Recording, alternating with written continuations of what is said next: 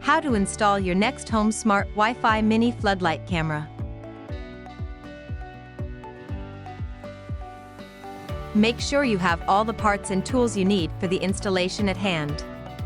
Place the camera bracket against the surface and use a level to mark the position where it will be mounted. Use a pencil to mark the position for the bracket holes on the wall. Drill into the markings to bore the holes for the plastic wall anchors and the screws. Introduce the wall anchors.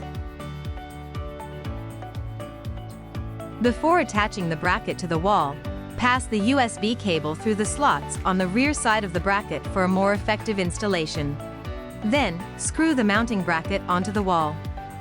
Place the rubber cover on the power adapter and plug the USB cable in. Now, plug the camera into a power outlet. The floodlight will blink. The camera has automatically entered pairing mode and is ready for setup via the Nexxt Home app. With this, you have learned how to install your Nexxt Home Smart Wi-Fi Mini Floodlight Camera.